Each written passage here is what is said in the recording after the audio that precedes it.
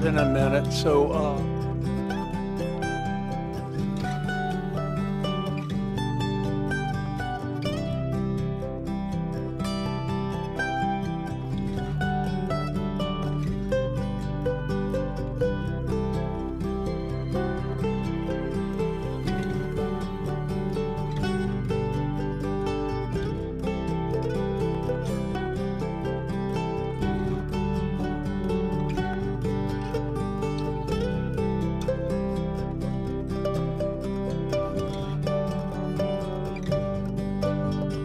the February 8th, 2024 Planning Commission, I will call the hearing to order at 1 o'clock. Ms. Johnson, can we have a roll call vote? Thank you, Chair Bauke. I'll take roll call. Chair Bauke, Here? Vice Chair Wardlow, Here. Commissioner Barnwell, Here. Commissioner Boss, Present. Commissioner DeLucia, Here. Commissioner Lodge, Here. Commissioner Wardlow, Wiscom. Wiscom. Sorry, we have a quorum, thank you. Okay, thank you. Next is preliminary matters, which is, the first portion is a request for continuances, withdrawals, postponements, or additions of ex-agenda items. Ms. Archinega, do we have any continuances, withdrawals, or? Thank you, Chair Balke. We do have one, so not for today's agenda, but next week's agenda. 101 Garden was initially agendized for that meeting. It's been continued to February 29th, the special hearing that we are holding at the end of the month. Okay, thank you. So February 29th for that item. Okay, moving on, do we have any announcements of appeals or appeals? Chair Balke, we do not have any. Okay, thank you. All right, moving on to the next item, which is review, consideration, and actions of the following draft Planning Commission minutes. We have the January 11th and January 18th Planning Commission draft minutes before the commissioners. Do we have any comments, corrections? We have. I have corrections, Okay, very minor correction. On the meeting of, oh, do you want to go ahead? Go ahead. Oh, the meeting of January 11th, actually, under C on page 2, motion for December 14th Planning Commission meeting. Approval of the minutes has six yeses, 1 absent. Wiscom was absent. However, I think Commissioner Barnwell, you probably abstained yourself from that, right? You weren't at the meeting at December 14th. So it should have been probably 5 yeses and 1 abstained and 1 absent. okay, thank you. And that's what I had. Okay, Commissioner Wiscom. Thank you, Mr. Chair. I wasn't at the January 11th meeting. I did watch it, but, and I will abstain, but I just want to make sure that we attach the liaison assignments to the minutes before, for the final. That's what we normally do, and without it, I know it was up on the screen, and as a viewer of that meeting, it was very hard to see exactly what was going on. So I think the official version needs to be attached. Thank you. Ms. Johnson, can we do that? Yes, we can do that. Okay, Can thank we you. move both sets of minutes with those corrections? Yeah, I'll take a motion to That'd be do my that, motion. if that's okay. We have to- We'll do them separately because of the Oh. change, the corrections. Okay, then All I'll right, so just, let's go start with the first one. I'll move January 11th with the addition and correction. Do I have a second? Second. Okay, can we have a roll call vote? Thank you, Chair Bauke. I'll take roll call vote. Commissioner Boss, Yes. Commissioner DeLucia, Yes. Commissioner Lodge, Yes. Commissioner Barnwell, Abstain. Commissioner Wiscom, Abstain. Vice Chair Wardlow, Yes. Chair Bauke. Yes. Motion passes. Okay, so now moving on to the January 18th minutes. Can I have a motion on that set of minutes? I'll make a motion. Okay, we have a motion. I'll second it. Okay, motion and second. Could we have a roll call vote, please? Thank you, Chair Bauke. I'll take roll call vote. Commissioner DeLucia, Yes. Commissioner Lodge, Yes. Commissioner Barnwell, Here. Excuse me, abstain. Commissioner Wiscom, Yes. Commissioner Boss, Yes. Vice Chair Wardlow, Yes. Chair Bauke. Yes. Motion passes. Okay. Moving on to our next part of the agenda, which is Part D, which is public comments pertaining to items not on the agenda. Do we have any requests to speak in person or remotely for items that are not on today's agenda? Thank you, Chair Balke. If there's anyone in the audience who would like to speak on general business, that's again, items not on today's agenda, you can fill out a speaker slip at the back of the room and turn it into staff. I'm not seeing any movement. We also do not have any virtual participants at this time, and we didn't receive any general written correspondence, so I'll turn it back over to you, Chair Balke. Okay, thank you. So that concludes that. Moving on to item 3, which is a new item, which is a project located at 1514 Anacapa Street. It's a request for an open yard modification, a parking modification, and confirmation of the commission's concurrence with staff's recommendation of a CEQA exemption. We have, first off, before we go on, do any of the commissioners have any ex parte communication that they need to disclose at this time? Hearing none, we'll start with a staff presentation. We have Associate Planner Pilar Plummer here to give the staff presentation. Ms. Plummer, the floor is yours. Thank you, Chair Balke. Again, I'm Pilar Plummer, Associate Planner with the City of Santa Barbara Planning and Zoning Division, and I'll be giving the staff presentation on this project.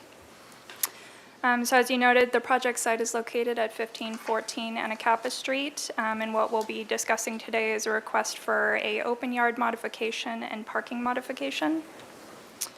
Overall, the project involves conversion of an existing single-story office building to apartments. The building will have an interior remodel to accommodate 3 two-bedroom units under the average unit density incentive program and 1 studio accessory dwelling unit. Other proposed exterior changes include a new trash enclosure, a new bicycle enclosure, some vehicle parking on the side of the property, minor site improvements, and minor alterations to the building to accommodate the change of use. So as a reminder, the AUD program facilitates the creation of multi-unit housing, supporting the construction of smaller residential units within walking and biking distance to commercial services and activity centers, and allows for increased densities with development standard incentives within certain zones of the city. The program was approved by the City Council in 2013 and has been monitored and amended on multiple occasions to better fulfill its intended purpose. And the project before you this afternoon is subject to the current AUD ordinance. So as I already mentioned, the purview for the Planning Commission today is a open yard modification to allow one of the private open yards, specifically the open yard for Unit D, to be located closer than 10 feet to the front lot line, fronting Anacapa Street. And then a parking modification to grant relief from the parking standards by providing 2 spaces rather than the required 3 parking spaces. So this is an aerial shot of the project location. So you can see it highlighted in yellow here. It's a property just on Anacapa Street. This is La Paz Avenue, which is a public alleyway. It's across the street from Notre Dame School. This is East Micheltorena Street. It's in clear walking distance to Alameda Park. This is just a sample from the topographic survey of the property. So you can see that the building occupies the great majority of the lot. This is La Paz Avenue here and Anacapa Street. Okay, here's some photos of the existing office building. So this is taken from Anacapa Street looking back towards the building. This is looking down La Paz Avenue. And this is the area where they're going to be proposing the 2 uncovered parking spaces as well as the trash enclosure and bicycle enclosure. This photo here is at the front of the building. This is the location of the proposed open yard for Unit D. And then at the back of the office building, this is the private open yard area that's being proposed for units C and D. There's going to be a fence installed that's required to separate those two open yard spaces. So the project was reviewed by the Architectural Board of Review on November 13th. And overall, the ABR was supportive of the project in terms of the design. They did have 2 comments that all fencing and screening be painted to match the building, and new light fixtures shall be frosted glass. And they forwarded it to the Planning Commission with positive comments. So on the right, this is just one of the sheets from that plan set. You can see there's really very minor changes happening to the building. Really, it's at most window and door changes. You can see the new enclosure that's being proposed here from the side of the building. Okay. This was included in the staff report. Again, there's no changes, there's no additions being proposed. And provided the modifications are approved today, then the project will be consistent with the zoning ordinance. So you can see the requirement for vehicle parking is 3 spaces. They're requesting a modification for 2. They are required to have 3 bicycle parking spaces. They will be providing 4, so 1 for each of the units under AUD, the average unit density program, and then 1 as well for the accessory dwelling unit. And then I do want to note, again, with the private open yard, they are providing the required private open yard for all of the units. The purpose of that modification is, again, just because of the location that it's being proposed at. Okay, so to the right, you'll see an overview of the site, and I circled the area that's the private open yard for Unit D that I'm going to be talking about as it pertains to the modification. But you can see just generally, again, the building occupies much of the lot. These are the 2 spaces that are going to be proposed for the project. This is the enclosure towards the back. This is the studio unit, the accessory dwelling unit, and then you'll see the other units here and here. And these are the private open yards, again, for units C and D as B and C, and then this is the area for unit D. So as I mentioned, private open yard is required for each of the units developed under the AUD program. There's no open yard requirement for the accessory dwelling unit. Each of these open yard areas has to be 140 square feet at minimum, as well as 10 by 10, and they do meet those standards. As well, they do have to comply with standards as it pertains to location, so they must be contiguous and accessible from the unit it serves. Screened by fencing if in the front yard or adjacent to another private open yard. That's why I said there's going to be some fencing proposed here. There's also screening fencing that's going to be proposed here and here. And it shall be set back a minimum of 10 feet away from any lot line. The applicant's requesting to have it at 5 feet away from the front lot line. In order for the Planning Commission to approve an open yard modification, the following findings apply. So the modification must be found consistent with the general purposes of the title or specific purposes of the zoning district in which the project is located. And the open yard modification must be necessary to accomplish any one of the following: either A, secure an appropriate improvement on the lot; B, prevent unreasonable hardship due to physical characteristics of the site or development, or other circumstances such as topography, irregular property boundaries, other unusual circumstances. C, result in development that is generally consistent with existing patterns of development within the neighborhood. Or D, construct housing containing affordable residential units rented and owned in the manner of the city's affordable housing policies and procedures. And just before I go on to the next modification, so I included a summary of staff's support for the open yard modification. And in general, staff is supportive of the request. Going back to just the site, there's really no other location for them to provide private open yard for that particular unit. without modifying the building in some manner. Again, the building occupies the majority of the lot. The project does involve adaptive reuse, and it will improve the site by changing it from office to providing new residential units for the city. And as it pertains to this specific open yard, it's located on just above a raised retaining wall. So while they're proposing fencing that's only 4 feet tall in height, it is again at a raised location. So it will be appropriately screened from Anacapa Street. And moving on to the parking modification. So the requirement for the project is that they provide 3 spaces for the project. That's 1 space for each of the units developed under AUD.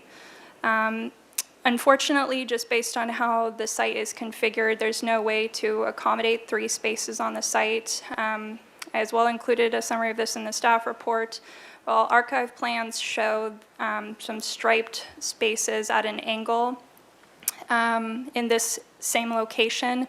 Those are not considered legal spaces because they extend into the alley and are not entirely on the subject site. So this design was reviewed by the city's transportation planning division, and they were supportive of this as it will provide on-site compliant parking. They also prepared a parking demand evaluation, so multi-unit housing low-rise for dense multi-unit urban areas has an average peak demand of 0.48 per bedroom. So for 4 units, this incorporated the accessory dwelling unit as well. 3 2-bed and 1 studio equals 3.36 parking stalls. Again, this is a view of that location where the parking is being proposed.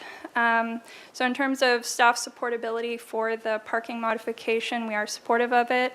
Again, because the project involves adaptive reuse, which will provide residential units to the city.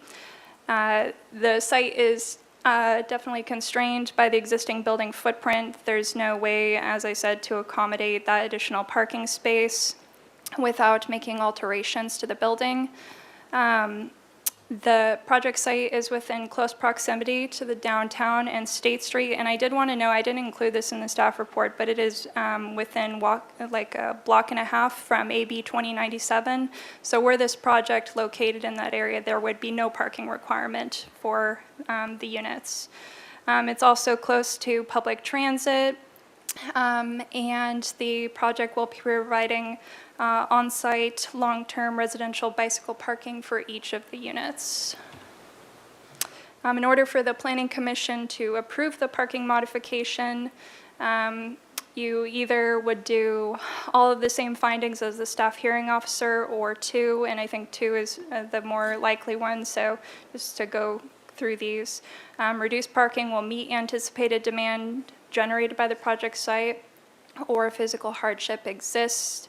This is pertaining to single unit residential though. So 2, other criteria consistent with the purposes of the parking regulations and based on unusual or unique circumstances of a particular case.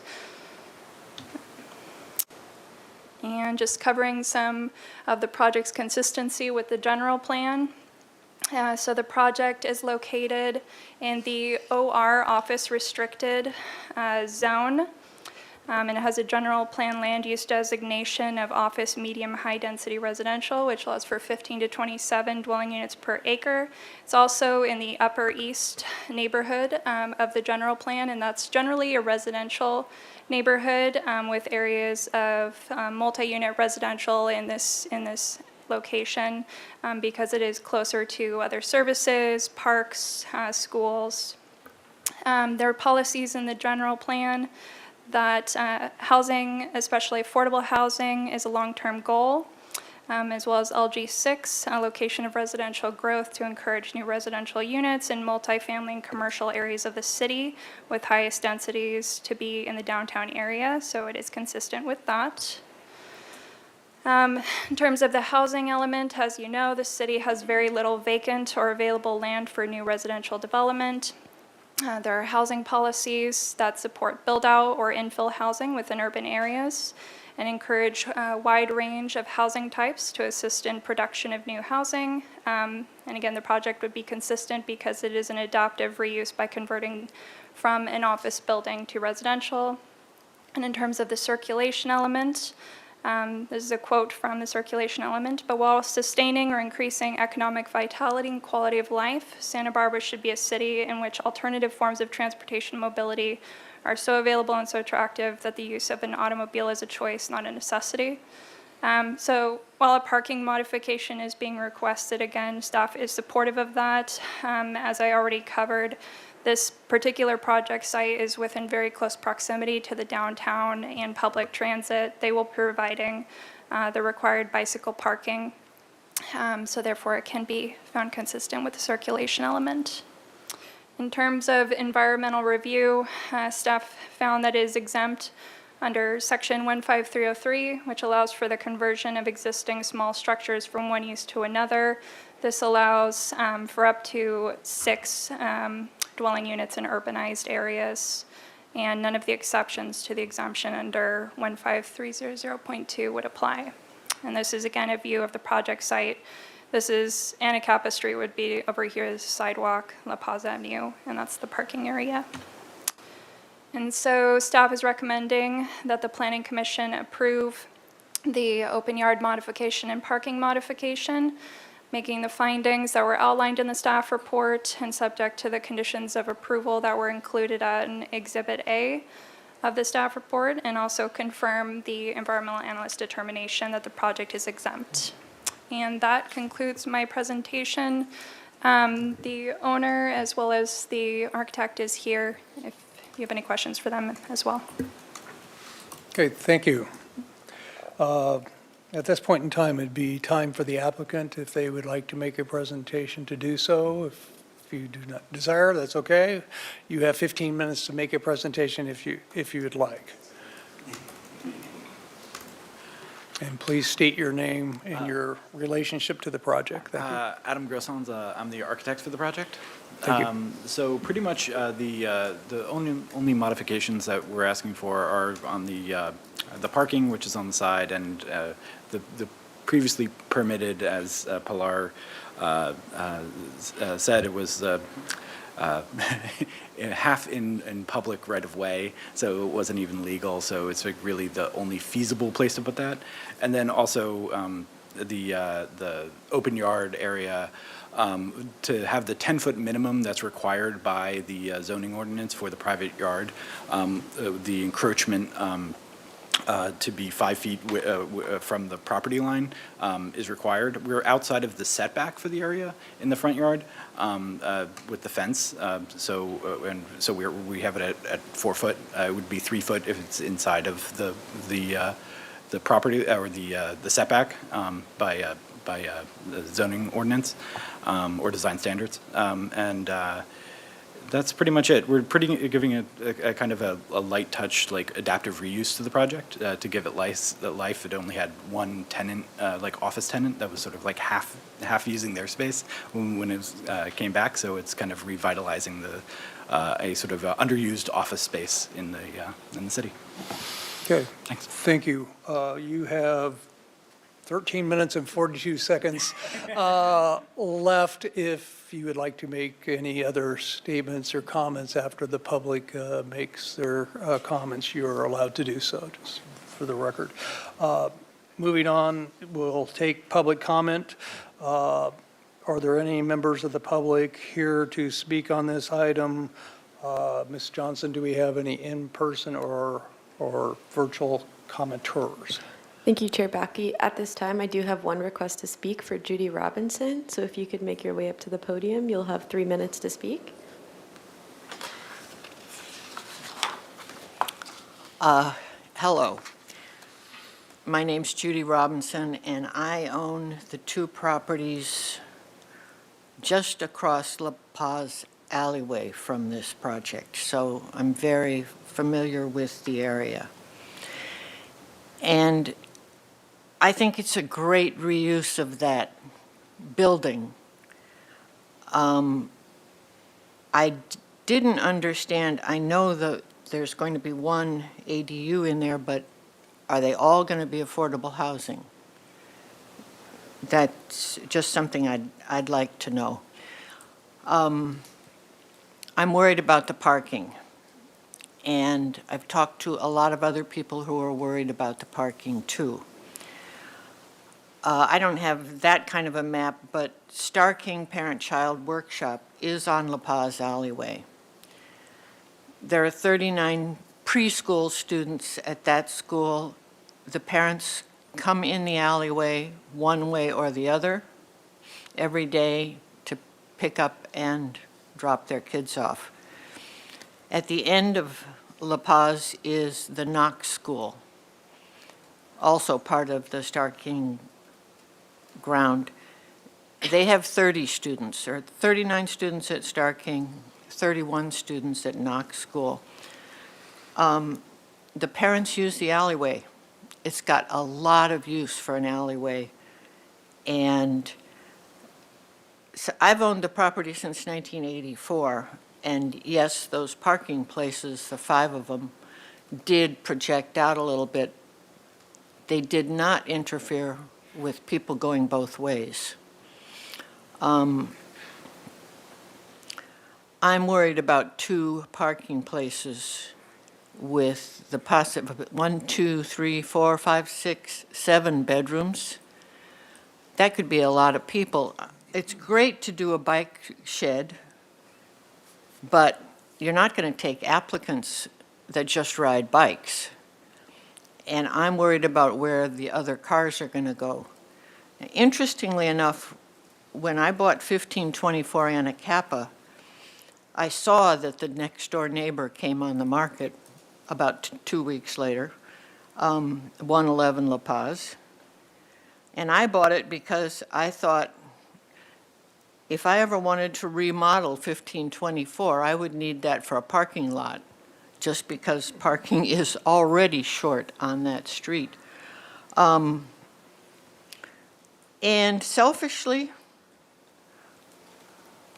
111 La Paz has more parking than 1524 Anacapa, and I give 1 space to my other tenant back there.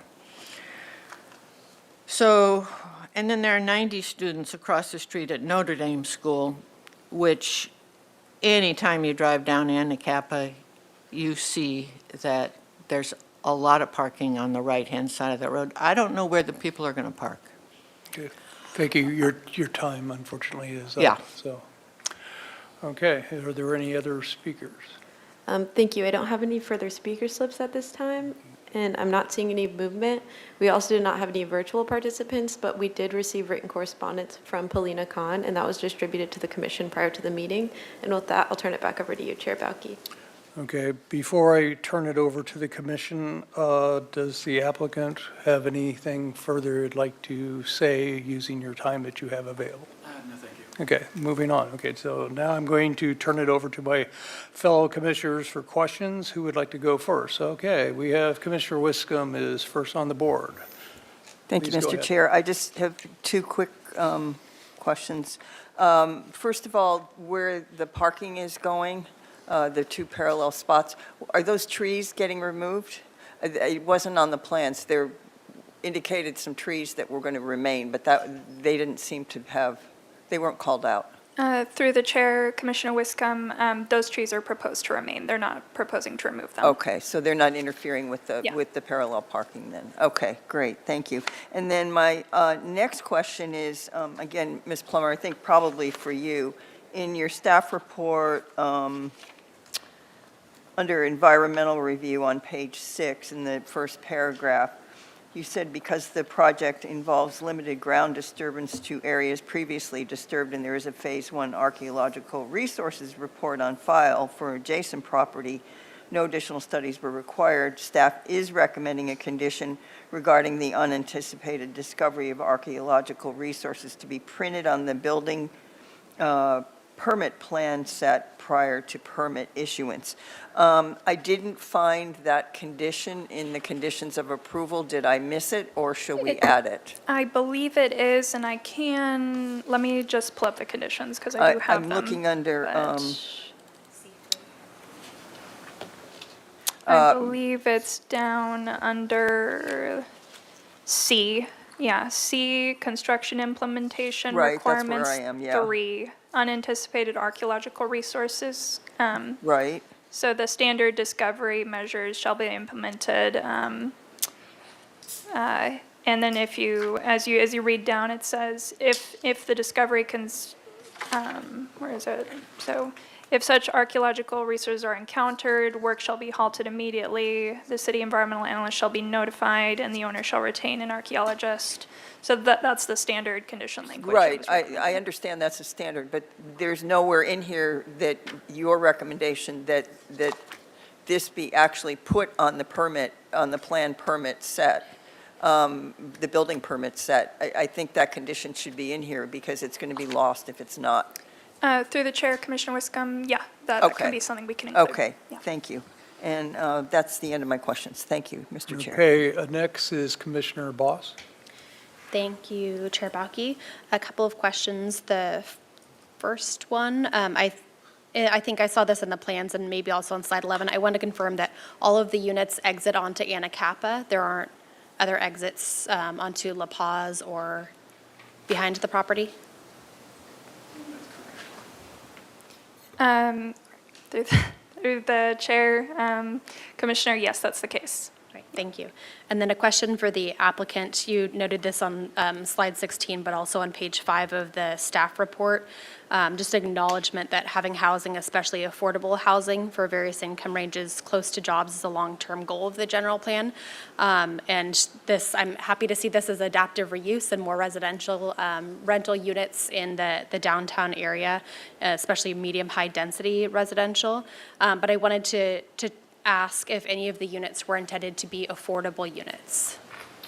We're not. If you'll come up to the podium. Yeah, please come up to the podium.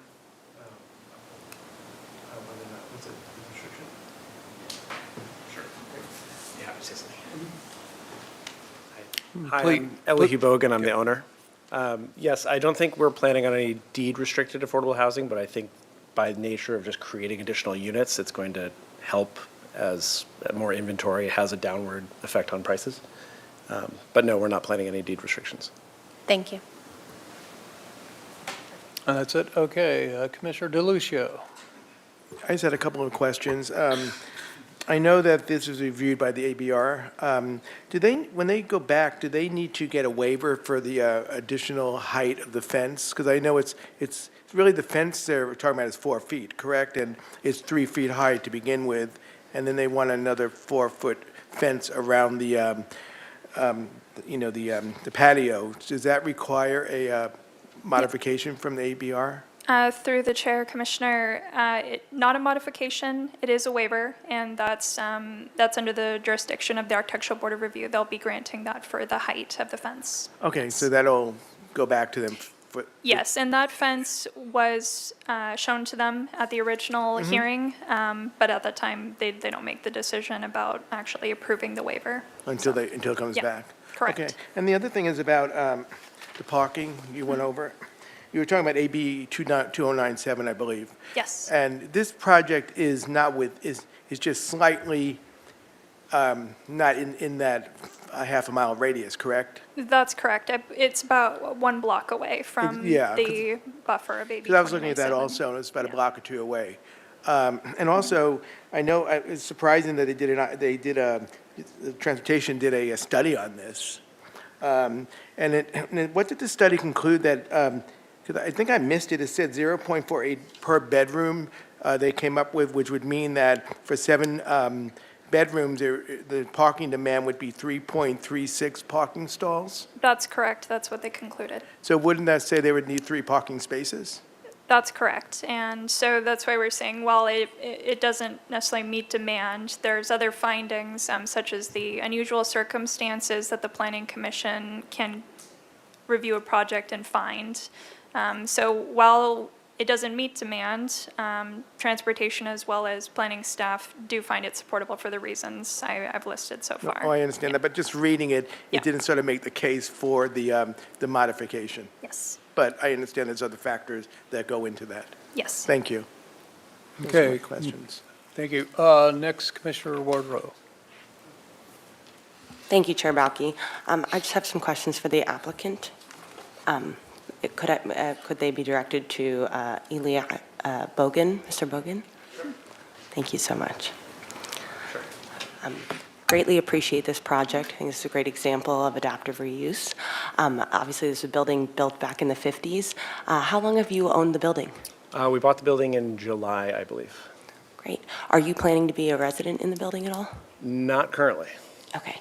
I know Commissioner Boss asked this question, but I just wanted to see if there was any interest in pursuing any type of affordability, maybe on the ADU specifically. I hadn't considered it yet. I think by nature of the ADU being a small studio, it's going to be priced below average for a larger unit.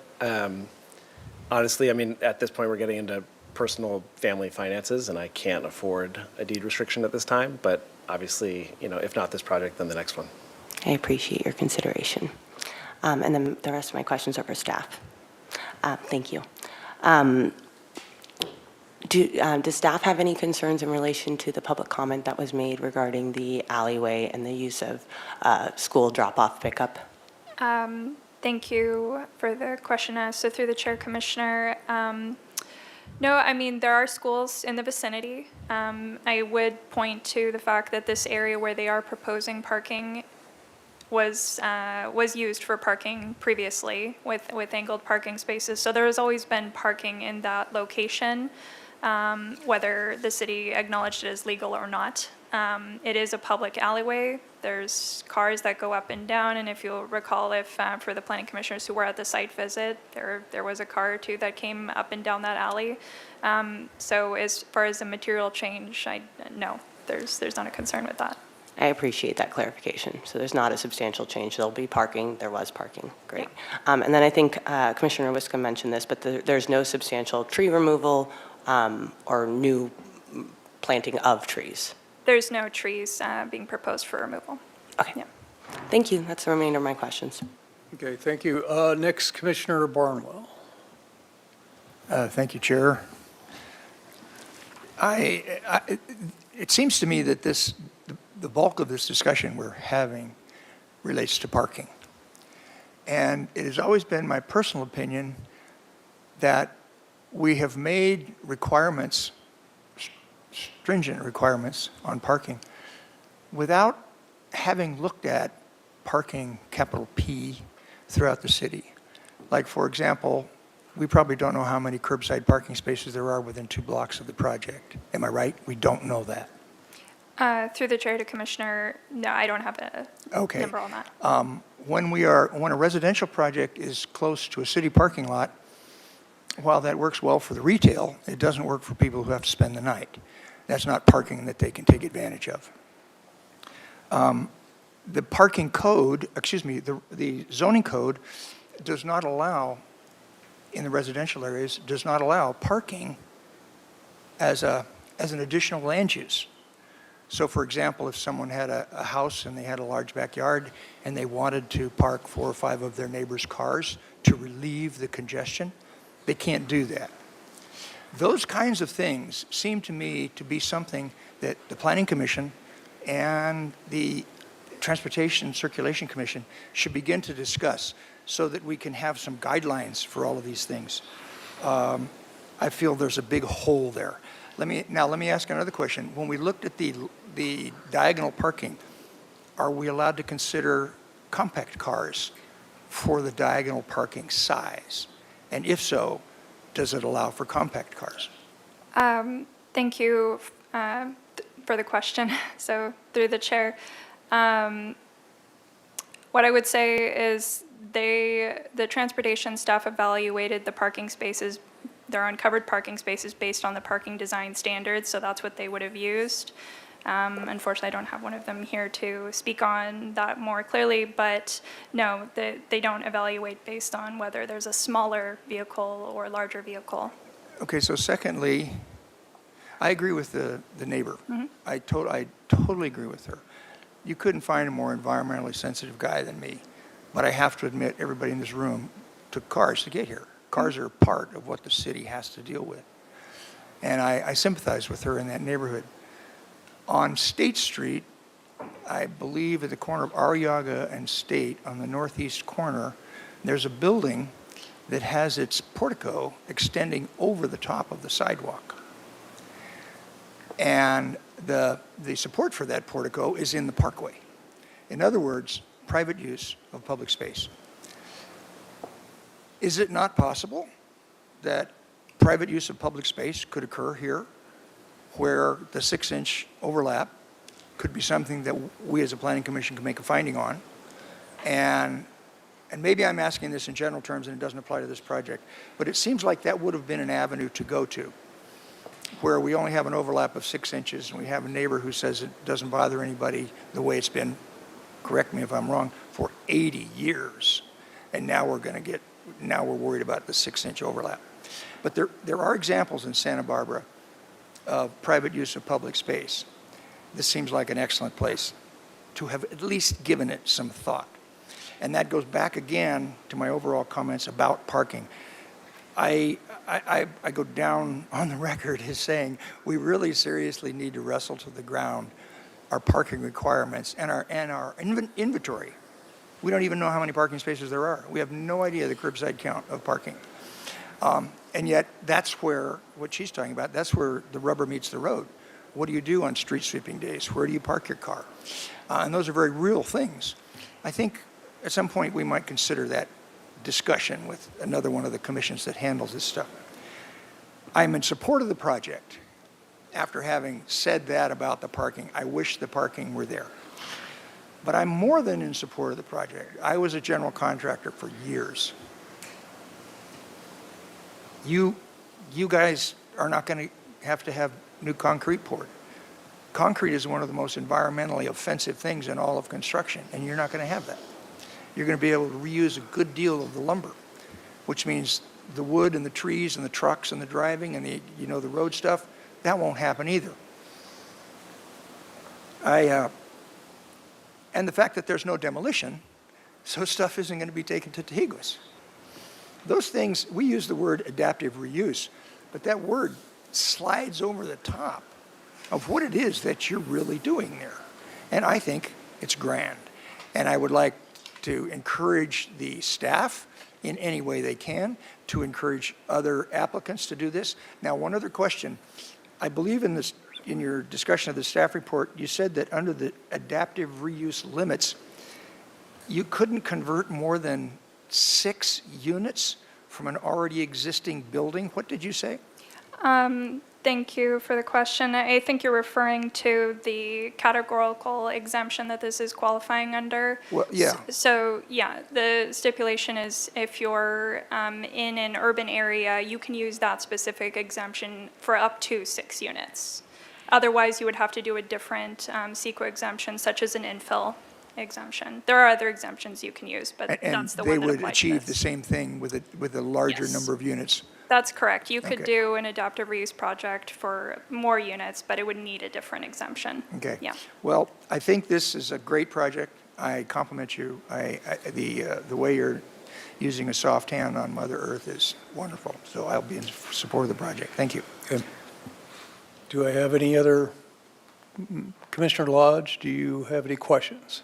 Okay, I just have a couple questions, and they're primarily to staff, and this goes into the open yard modification. And it's my understanding that the open yard has to be fenced under our current standards, even though it's in the frontage of the property. We really have no latitude as to excluding the fencing requirement. Is that correct? Thank you for the question, Chair Bauke. Yes, that's correct. The standards for the private open yard, when it specifically lays out that when you're in the front yard, it is supposed to be screened. So that's the standard. Yeah. Okay, so I now understand. Because it's not really quite, we'll call it neighborhood friendly to have a wall when you have a sidewalk, that kind of situation, and the standards that are being discussed in the, the objective design standards actually basically try not to have that kind of situation go on. So I was just trying to reconcile sort of what we're trying to get at from a neighborhood compatibility and friendliness of that facade, the frontage area, and what our standard is. It seems like we, at this point, we haven't reconciled that, so. If I can add one comment, while it does have to be fenced, that's the standard, the height, and this was asked by Commissioner DeLuccio, that is subject to the purview of the Architectural Board of Review. They're requesting a 4-foot tall fence because it's at a raised location, so the ABR will be looking at specifically the height of that fence. Okay, that when it leads me returns. to another question. Could the commission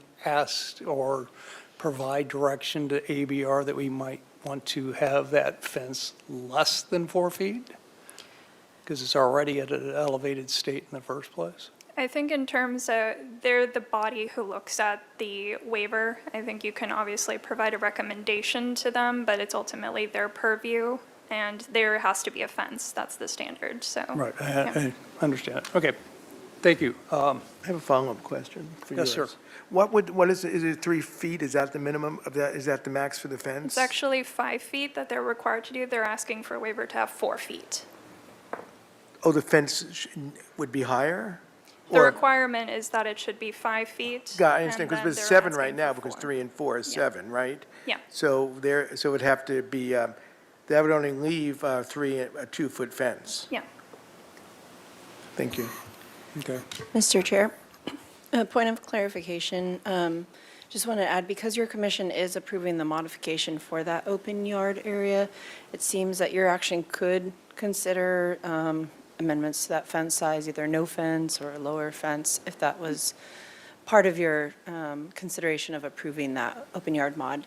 In general, the reason why those are fences is to create a sense of privacy and ownership of that area for the tenant using that space separate from the public right-of-way. So that's where the requirement comes from, is to give a sense of usability in private area. But in terms of the height, or whether or not you even want a fence, that could be part of your purview. Okay, thank you. All right, moving on, we'll go into deliberations. Does anybody want to start? Okay, Commissioner DeLuccio. Fast. As far as the fence goes, I'm open to suggestions. However, the fence is not, even though you have that 3-foot high, it's not right at it's 5-foot setback is where the fence begins. And if it, right, so that's a 4-foot fence. If it starts getting much less than 4 feet, then what's the point of having a fence?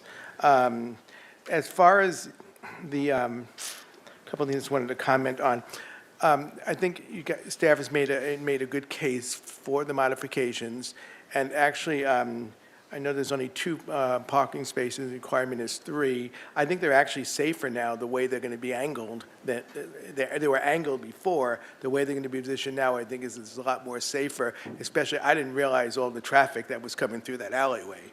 And also, it is close to downtown, it is close to transit, and there is you're going to have 4 covered bike spaces for bikes, which is a plus also. Those are basically my comments, and one other thing I did want to say was, of course, about affordable housing. This is an AUD project. It doesn't require you to pay into any fund, because it's less than 4 units. If it's 4 units or more, up to 10, you would be required to pay something to a housing fund if you were not going to supply the housing on site. So that's, in my mind, it's readaptive, which is great. Kind of concerned that it's not supplying more true, affordable type of housing. But I just wanted to call out, I know that I sound like a broken record at this point, but I did serve in a planning commission for many years in another city, and actually the requirement kicked in at 2 units, that if you had 2 units or more, you would have to pay into a housing fund if you didn't want to put the housing on site. I just wanted to call that out. So those are my comments. Thank you. Okay, moving on, Commissioner Wiscombe. Thank you, Mr. Chair. I too, can support the project. I think the fence height at 4 feet that's what they want, right? So they're, yeah, I think that's acceptable. I think less than that could create a privacy issue for the open yard space for the tenant. I do appreciate this is adaptive reuse. That's very exciting to see in the city. I do feel for the parking and the owner of the adjacent property in terms of parking. Parking is getting tested by Sacramento. So we have new rules from the state on parking, and I think that the jury is out on what's going to happen with parking. And unfortunately, you know, some of these earlier projects, we have projects that are coming in with no parking at all, that are big projects. So I think, you know, we're going to have to see where this goes. I don't think people are going to abandon their cars, and I do feel for you with the schools nearby and the daycare nearby that, you know, there can be challenges. But I do think that it's reasonable for them to ask for the modification, and it's really one space. So I can support the project. I would like to see the condition added in this from the staff report on page 6 about the unanticipated discovery of archaeological resources, that they get put on the building permit plan set, and that would go somewhere in probably section C under 3. C3 on page 3 of the draft conditions of approval. But other than that, I thank you for the project and bringing it forward. Thank you. Next up is Vice Chair Wardrobe. Thank you. I'm very supportive of this project to bring more housing to the Upper East Side with close proximity to some of our favorite parks. I think this is a really great example of adaptive reuse given its location.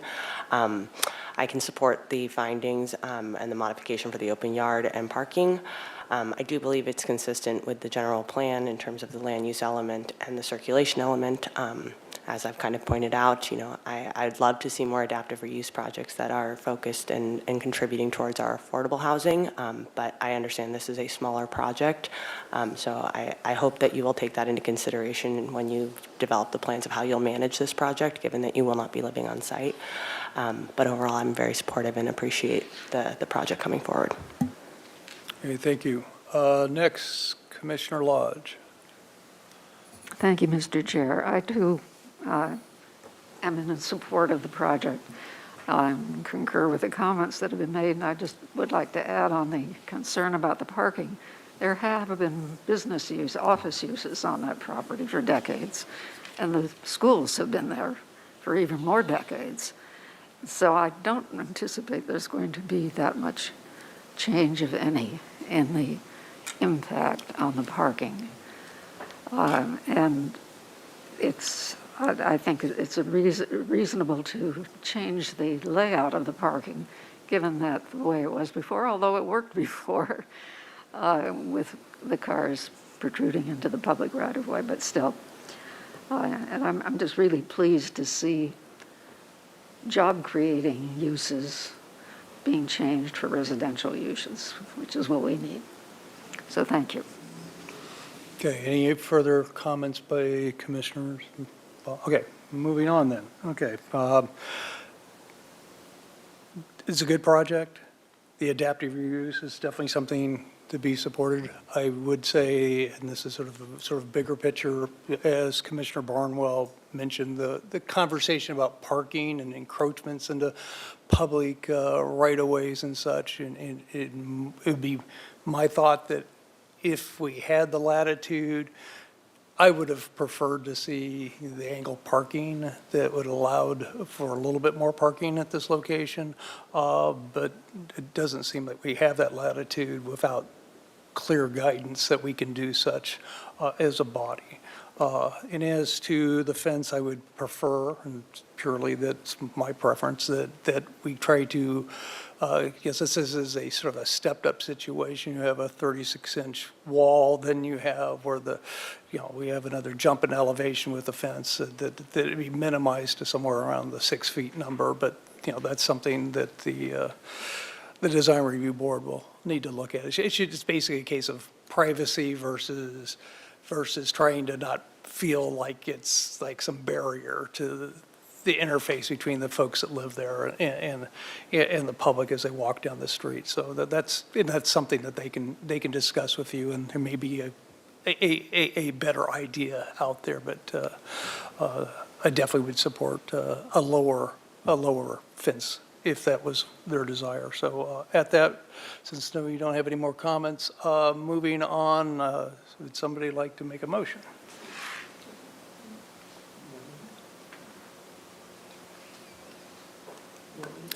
Commissioner Wiscombe. Okay, I'm getting elbowed here. So I know who's going to second the motion. Ms. Plummer, if you can put it back, yes. I'd like to make a motion for the staff recommendation to approve the open yard modification and the parking modification, making the findings in section 9 of the staff report dated January 31st, 2024, and subject to the conditions of approval in Exhibit A, adding the condition about the unanticipated discovery of archaeological resources on the plans. And I don't know, Ms. Plummer, if you need it, but if we need on the parking modification, if we need to make a finding, it would be number 2 that you had up on the screen. That this is, yeah. Through the chair, Commissioner Wiscombe, I think just by accepting the findings that the argument was made in there Okay, as far as, so okay. unless you had modifications to how it was written, you can just adopt those findings. No, it's just that number 2 seemed to fit it better than And number that's- 1. yeah, that's correct. Okay. And also, the motion will confirm the environmental analyst determination that the project is exempt from further environmental review. I'll second your motion. Okay, we have a first and a second. Ms. Johnson, can we have a roll call vote, please? Thank you, Chair Balke. I'll take roll call vote. Commissioner Barnwell, Yes. Commissioner Wiscombe, Yes. Commissioner Boss, Yes. Commissioner DeLuccio, Yes. Commissioner Lodge, Yes. Vice Chair Wardlow, Yes. Chair Balke. Yes. Motion passes. Okay, thank you. Would please note to the applicant, this action of the commission for both those modifications is subject to a 10-day appeal period, for your information, so 10 calendar days. So moving on to the administrative agenda. Next, this is something I asked to put on the agenda, which is a discussion of subcommittees and workshops. The purpose is to allow us the purpose was to put this on the agenda so we could have a conversation and also have some dialogue with the city attorney's office as to how such subcommittees might work and what the number of people might be on it, knowing the Brown Act limitations. Could the city attorney give us sort of a quick down and dirty, should it be 2 plus the chair? Because of the communication of the subcommittees would have to be through the chair in most cases, so we wouldn't violate the Brown Act, or could we do 3?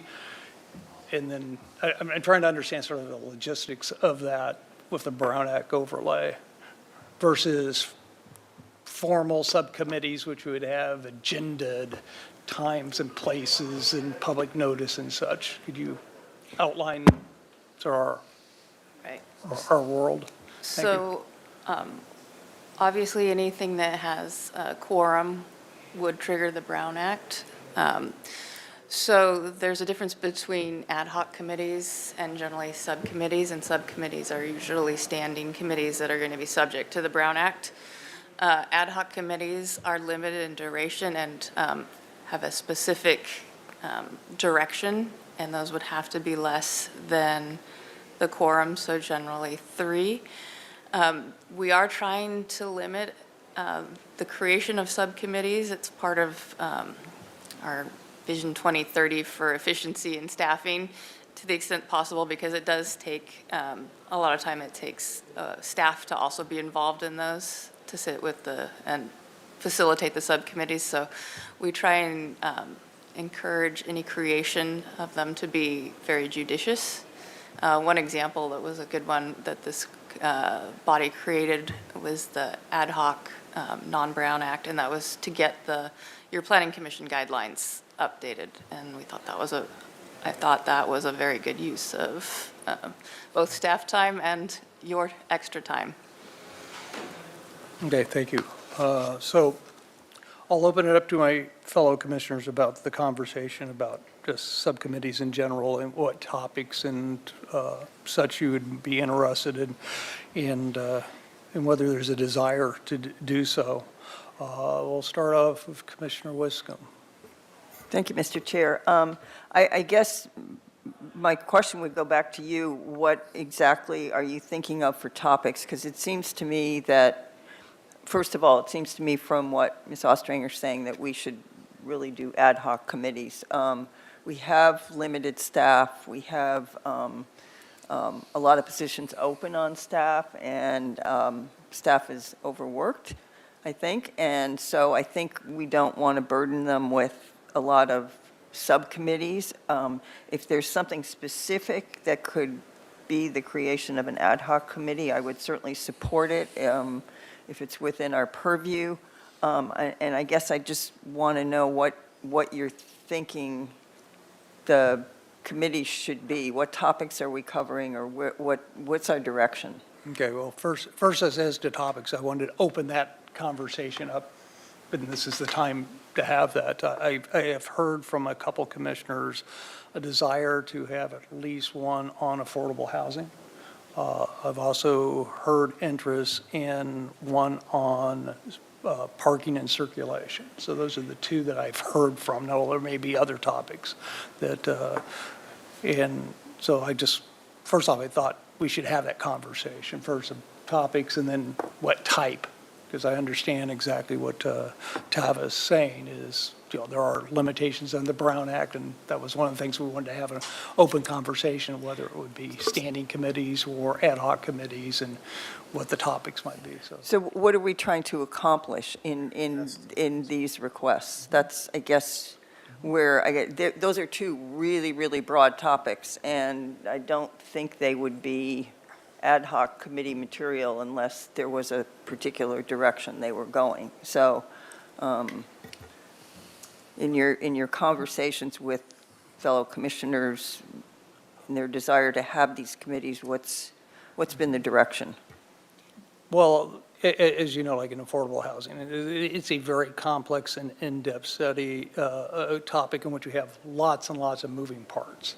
And as you know, as we approve the housing element, there are multitudes of work items in there.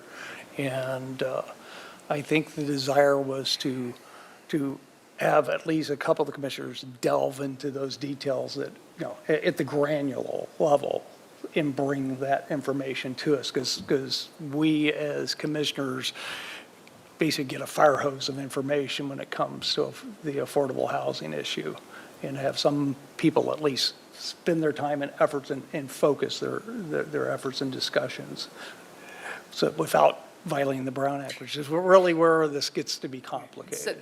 So, Chair Balke, if I may, that broad topic would definitely be problematic for the Brown Act. It would need to be something very specific.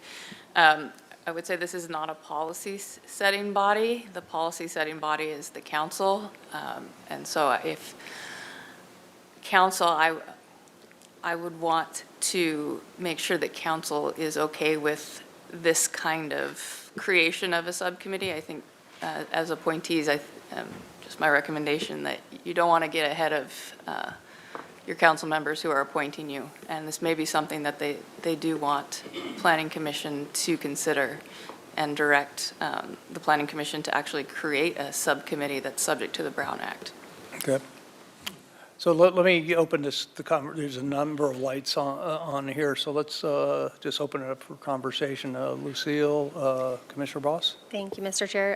In terms of ad hoc committees, I think if there were specific housing element update implementation around specific programs or policies, so that would be time limited, and I think we have the timeline for all of them. I'd be interested in sitting on a few of those, not all, but a few of them. And then in terms of subcommittees, understanding that takes a lot of time and work on staff's behalf, one that I think could be valuable to us, not necessarily a subcommittee, but maybe a workshop or during one of our meetings, having developers share how we can help them develop more affordable housing. I know that's covered in quite a bit of our housing element update, but that may be beneficial to us. So as opposed to hearing, here's why we can't, ask, how can we and how can we help move those policies or programs to council? Okay. Commissioner Wardrow, Vice Chair. Thank you, Chair Balke. I echo what Commissioner Boss has shared. I definitely would be interested in serving on an ad hoc committee around affordable housing and specific to the housing element and the timelines that we've given. I also very much agree that having a forum where we could work with developers to understand what things that we could be doing better with on our side to increase affordable housing and make things easier on them would be really helpful. And to Tava's point on City Council, my understanding is that there are a few members of council that would like to see this commission and members, to go into a more ad hoc or potentially subcommittee to help dive more deeply into the housing element and the implementation of that, and then that we could work collaboratively with council on those, on the recommendations from that. Okay, thank you. Commissioner Barnwell. Thank you. I concur with the comments made by Ms. Boss. I think it's imperative, that's my opinion, I think it's imperative that we have these discussions. Because we sit here and bend and change and modify these regulations, which we should have looked at a little more closely and had them be more all-encompassing. Insofar as telling the City Council what to do, I'm a long ways away from doing that. But I think the City Council would enjoy a vigorous discussion by us and an offering of some of our ideas. Or maybe we're going to have a joint meeting with the City Council, I believe, in a couple of months. I think an item on that agenda should certainly be the housing element, and it should certainly be transportation. And I think also, I know this commission a few months back got in trouble by overreaching to where the council had to say, look, step back a little bit. We're the guys that make policy. You don't make policy. And I think everybody here understands that. But while we don't make policy, we are the ones on the ground doing this kind of thing, the planning and the housing and the transportation. The council has a much longer list of things they have to worry about. So I think we could be used as an adjunct to these concepts. And I think, here's my personal opinion. Santa Barbara has gone through maybe 6 major turns. When Stearns Wharf was built, lumber came in, so it began to build. There was a huge change in Santa Barbara. When the trains came in, there was another huge change in Santa Barbara. When the earthquake happened, another giant change. And then we did the Paseo Nuevo, by RDA, we're going to do all this stuff. I honestly believe that we are now standing on the threshold of yet another one of those major changes that we need to make. And it's going to take some thought, particularly in these areas that the fellow commissioners are talking about, the housing and the transportation. And I think it's important, very important that we do this. So I support anything we can do, and particularly in joint meetings with the other commissions that are already wrestling to the ground some of these issues, transportation and circulation, for example. But I thank the chair for bringing up this topic and allowing us to discuss it a little bit. Thank you, Mr. Chair. Commissioner DeLucio. Did you say parking and circulation? Yes. Or that'd be transportation? Okay, so I actually had some experience with this. I actually, in West Hollywood, when I was on the planning commission, we actually did it in a very structured way.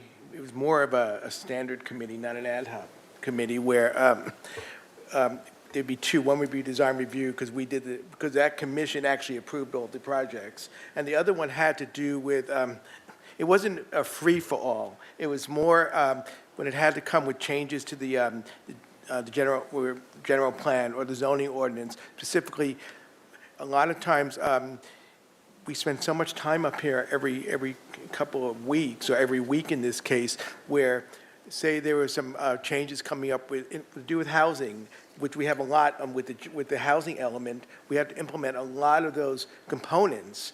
So what would happen would be this, a standing committee or an ad hoc committee would be tasked with some specific things they needed to look at, not just to meet and discuss. It would be like a staff would come up with things that are coming up that we have to implement as part of the housing element, for example, and incorporate it into the zoning ordinance.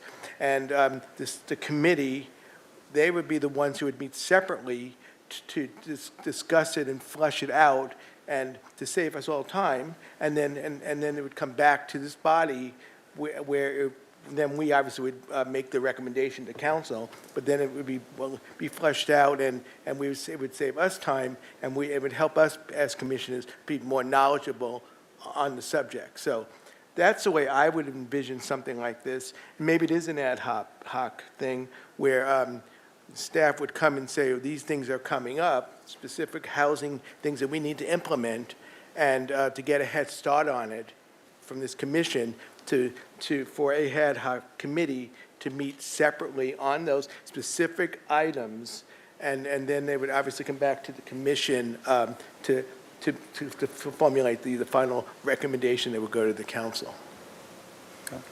Thank you. Leslie Wiscombe, Commissioner Wiscombe. Thank you, Mr. Chair. I agree with that. I think in terms of the housing element, there's some really significant opportunities in the policies, in the implementation of the policies in the housing element to have ad hoc committee, and I think that would be really beneficial. And I think Commissioner DeLuccio's experience with transportation and circulation, you have some good ideas there. So from that standpoint, if we were really specific in the housing element about what policy or policies we're actually looking at and how we can best implement them, I think that would be a very helpful use of our time. Okay, thank you. Thank you all for the, Megan.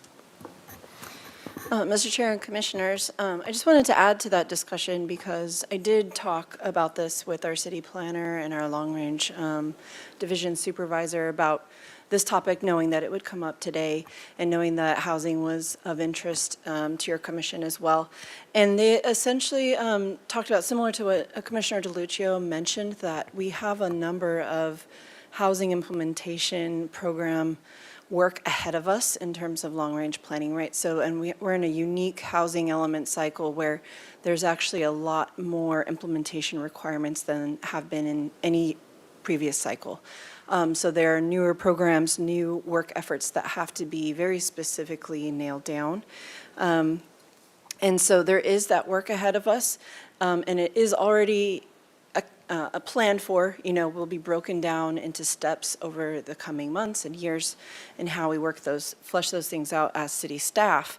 And what was brought up was that in years past, Commissioner Escobedo and Commissioner Wiscombe helped with housing element policies, kind of that first reaction to and kind of input on early formation of policies when staff needed kind of that feedback. So the suggestion was similar to what Commissioner DeLuccio mentioned, that staff would be interested in having that additional help in kind of pulling in planning commissioners. I think in the years past there was kind of a more, I'm not sure how we found which commissioners were doing it, but it sounds like since there's a lot of interest from a lot of you, perhaps we could just formalize, who's involved in which implementation policies that we're working on, or maybe kind of spread the love a little bit, have different commissioners helping on different things. So I think that is an appropriate involvement for your commission, and staff would be interested in that. I'm not sure that it requires an ad hoc committee, or if it can be less formal than that. And so I'd be interested to know if you really think there's benefit to a more formal ad hoc committee of anyone, or if it can be a more informal staff, including your commission.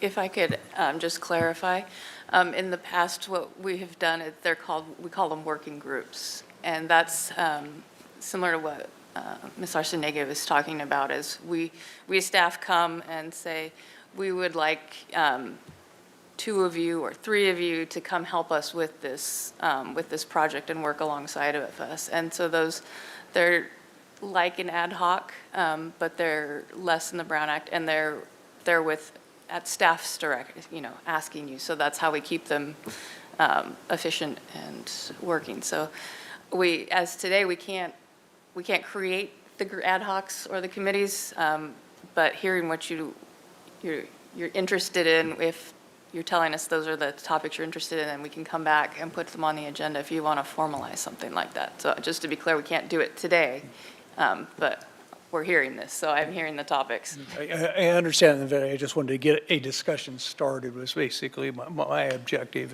and introduce the idea of Commissioner Wardrow, Vice Chair Wardrow. I'm going to get this right someday.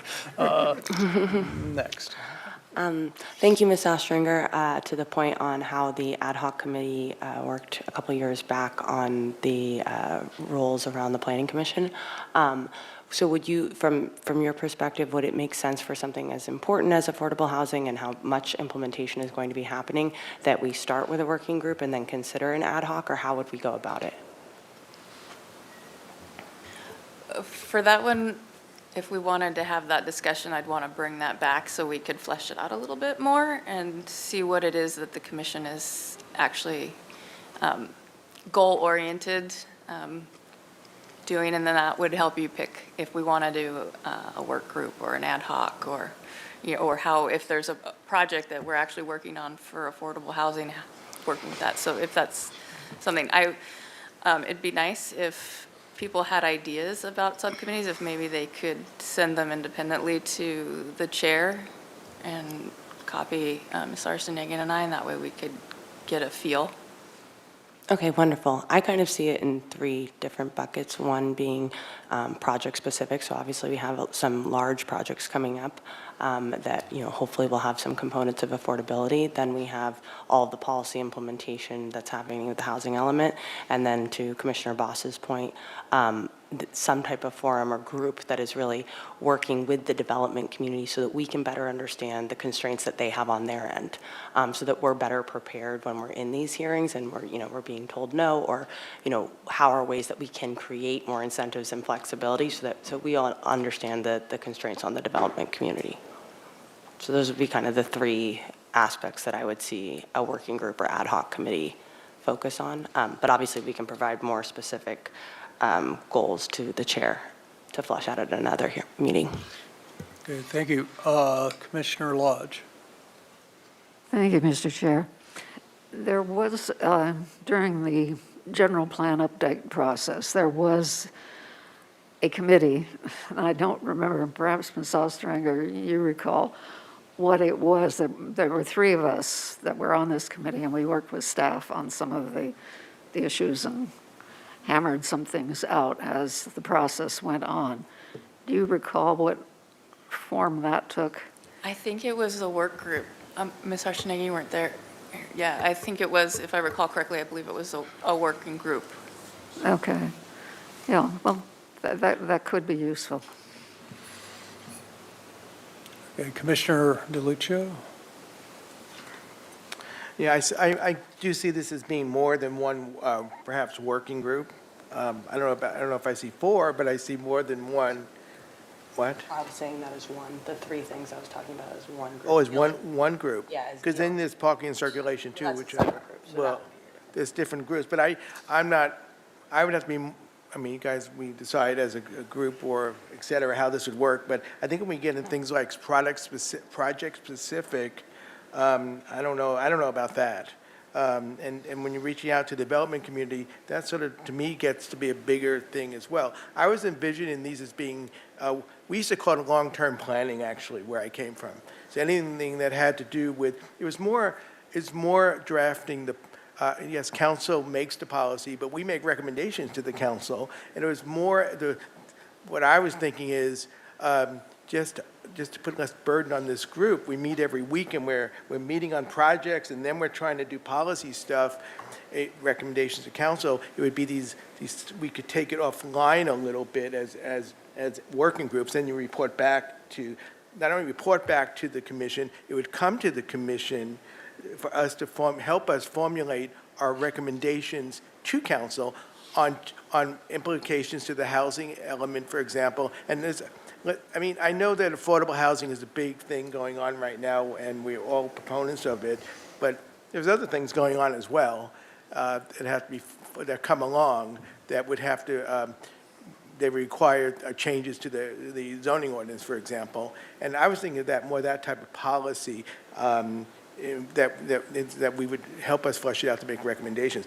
This, to me, is, I feel like we're sort of going outside of our scope here a little bit. It's just my opinion. Okay. All right. I think we had a good open discussion, and I think we'll loop back. I'll loop back with Megan, and if you all have any other comments, you can talk to me, and we can continue the discussion. The other portion of the topic area is the concept of workshops. And the reason why I put that out there is there's a lot of technical issues in which are out there, or state legislation that's out there that really doesn't lend itself to being discussed in sort of a hearing format, that actually it's more of an educational type situation. And I think we should open, I was looking for topics, one from the commissioners, but basically thinking of basically getting into some of the weeds that we need to learn before things come hitting us, because there were, like, just on the legislation, I don't know how many bills on housing we have now. And at some point in time, we're going to need just a presentation by Tava as a workshop format to have an open discussion of how all that works in real time for us, as an example, as a topic. There are a number of other technical type topics in which we would definitely benefit from the education, and the public would also benefit from the education. And I don't know what those topics are, but I think we should open ourselves up to the educational process. And that's the reason why I put workshops out there. And it wouldn't be all the time. It'd be as needed, just like we're talking about with the subcommittees. But I think we should at least, because we used to have these lunchtime round bag type meetings that were allowed, and then that sort of fell apart with a lot of how the city, addressed the Brown Act issues with that. And I think the need and dialogue and education is something that sort of fell off when that went away. So that's the reason why I put it out here. So if anybody has any ideas of workshop topics or technical areas in which we'd like to have more input, and it doesn't need to necessarily be staff, it could be outside experts that we know that could come and talk to us about particular technical issues. It'd be a good thing, I think, for the commission and for the public. So I'm open to any ideas of topics, or just leave this open as to feedback from my fellow commissioners. Lucille. Thank you, Mr. Chair. I think I would definitely be interested in how the new state legislation is being rolled out and how it impacts our projects. And then I think it might be helpful if we look through like CSAC or Cal City's workshops and some of their conferences. They might have some good speakers or topics, so we don't have to recreate the wheel, but maybe they could present to us, or we could watch recordings. Okay. Thank you. Commissioner Barnwell. Thank you, Mr. Chair. A lot of things cross my mind when we start talking kind of blue sky like this. One of them is a liaison with other governmental groups that might be able to use, if not our help as a planning commission, the city's help, to utilize what they have to create housing. I think specifically of the Santa Barbara School District, for example, which has tons and tons of empty land. But the school board is, they're just kind of citizens, and they're not ready to take the blast from the community on any project that might start. But I think it would behoove the community if we could begin to have some liaisons, and then also maybe with the city college. And then I think you heard me mention earlier, the staff probably knows, but a new law just went in like 2 days ago that you can no longer park within 20 feet of a crosswalk, which isn't marked on the sidewalk and it isn't marked anywhere, but you can get a ticket. That brings up the idea of this red curb and how do we park and where do we park? And an inventory of parking. What is the inventory of our parking? What kinds of parking do we have? How many private spaces? How many public spaces? What hours are they available, et cetera, et cetera. And then I think it might be beneficial for the city to look at itself and see what kind of land we have that might be open for housing. And not just necessarily vacant land, but land that is underutilized. So that, because as any developer knows, the Chair land Balke? is about a third of your cost. Chair Balke, sorry, we need to limit the conversation to just the workshops and the ad hoc subcommittee. So if Commissioner Barnwell, if you're suggesting one on parking as a Yeah, he just workshop. suggested topics. So my first one would be on an inventory of parking. My second would be on an inventory of land owned by the city as well as land owned by some of our fellow community groups, like, for example, the county, so that we'd know what we have and we could build affordable housing at a far less expensive rate. So it'd be transportation, but it's inventory. We don't have an inventory of those things. Thank you. Okay. Commissioner Wiscombe. Thank you, Mr. Chair. I just wanted to, Commissioner Barnwell made a comment. The school board is working on some of their housing, workforce housing on some of their properties. They're already doing that, and they're well into the process. So I think that's gone on. And I kind of feel like we are opening this up for a discussion on what kinds of things we're doing when not all of us have had a chance to think about it. So I'm thinking that we should really just move away and get what Ms. Ostranger said, get our comments to our chair and to Ms. Arciniega and Ms. Ostranger, and give us a chance to think about it before we have another discussion about it. Thank you. Okay. Yeah, and you were going to, okay. Yeah, I think we've probably beat this horse at this point enough. And I think I appreciate the open conversation. And I think your recommendation is appropriate, that we take all this conversation, and I will move forward with Megan, and we'll move forward, and do feel free to contact me or Megan and provide your input.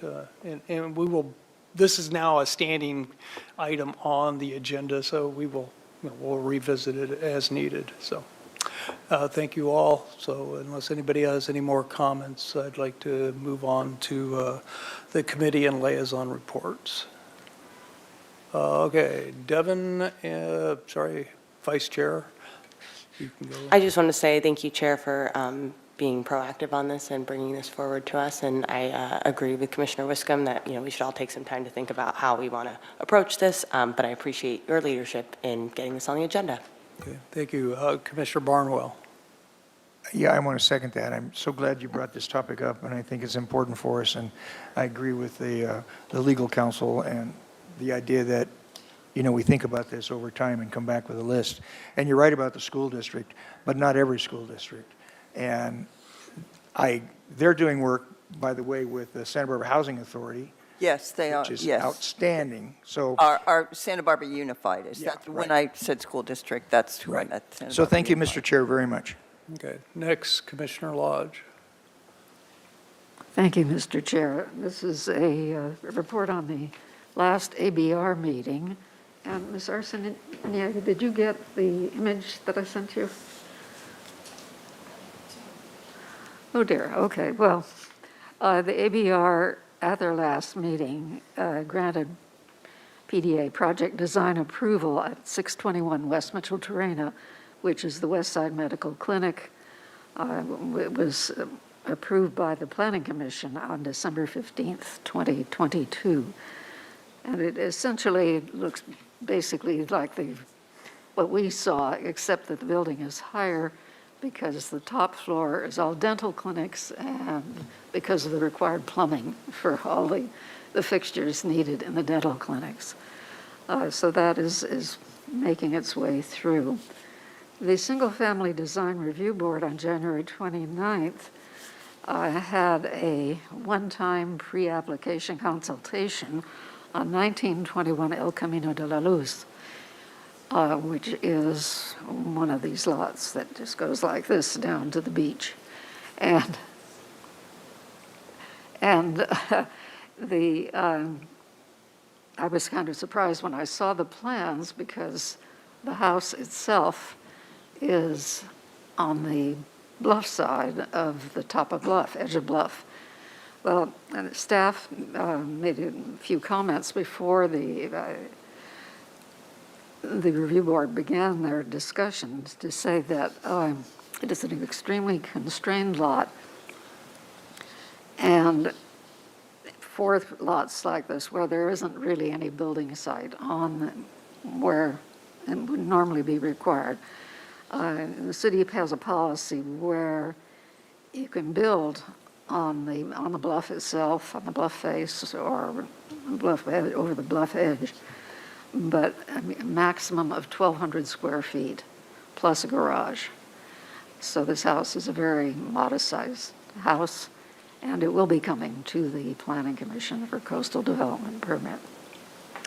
So those are my reports. Excuse me, Chair. Commissioner Lodge, I did find the photo if you would like Ryan to put it up. Oh, okay.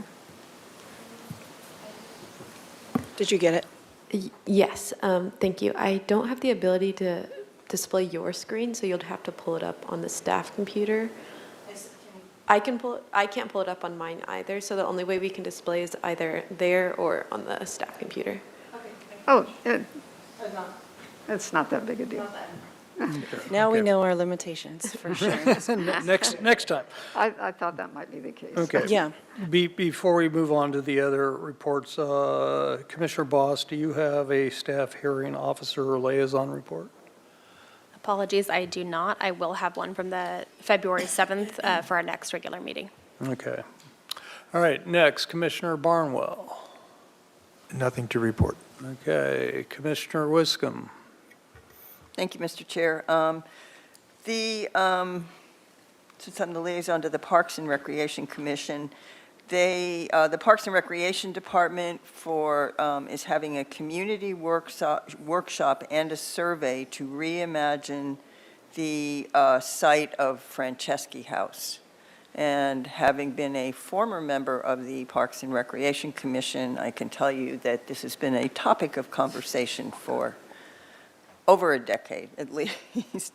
And at any rate, the workshop is going to be on Saturday, February 10th, this Saturday at 10 a.m. at the Riviera Ridge School, 2130 Mission Ridge Road in Santa Barbara. And you can find the information online, santabarbaraca.gov/Franceschi. And there's also a community survey that's online in both English and Spanish to ensure that community members unable to attend the workshop can share their priorities for a future project. The survey is open through February 29th at 5 o'clock, and that's where the survey is, at that site that I just gave you. So this is going to be an extensive process. It's a long time coming, and it should be exciting to finally get some ideas. There was a plan done many years ago when I was on the commission for a plaza there, and that just never went through. So I think part of it is the funding for the project, because Franceschi House is in a state of disrepair, I'll put it that way.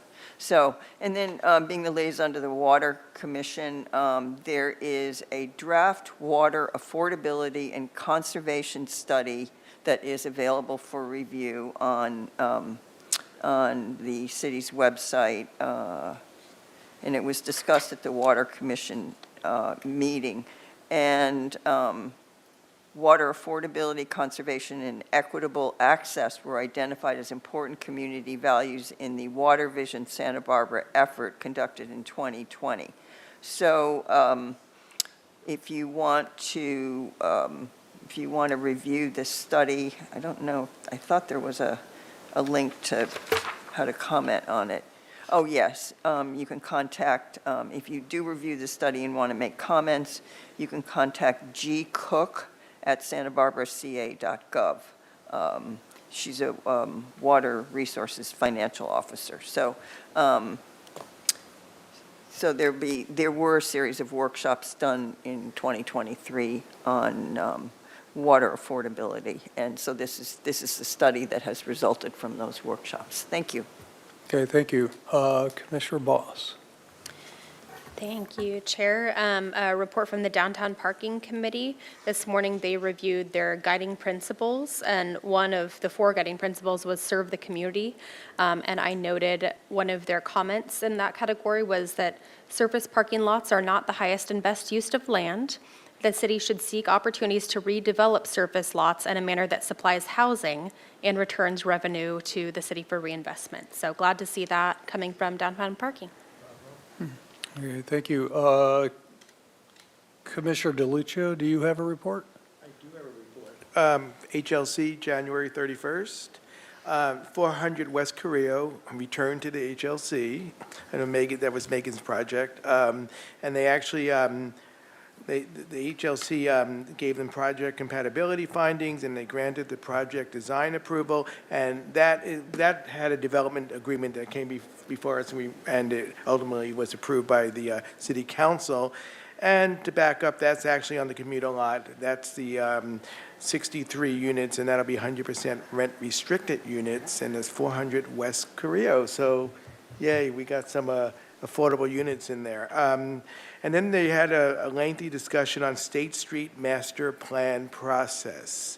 The HLC, they feel that they need to be kept, that the EPV needs to be kept top of mind. State Street is within the EPV, and they feel like, I guess there's been a lot of meetings of the committee, and it doesn't seem to rise to the top that it is in EPV. So they want the committee to be mindful as they're putting the master plan together, that there are some standards that need to be kept in mind that are reflective of the EPV, and they're going to further meet on that at their 2/14 meeting.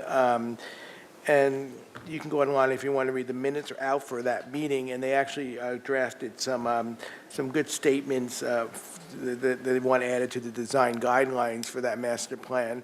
And they actually would like, I guess they're going to have a meeting, Chair, in March of the committee, the State Street Committee, and they want at the beginning of each committee meeting to be called out and to remind everyone that this State Street project is within the EPV.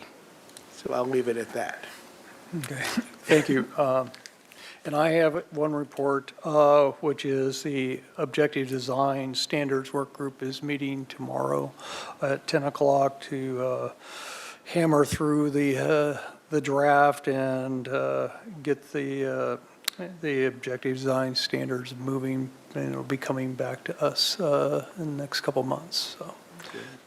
So that's it. Anybody else got a report? Nope. Okay, we're good to go. Okay, so with that, I will adjourn the meeting at 2:38.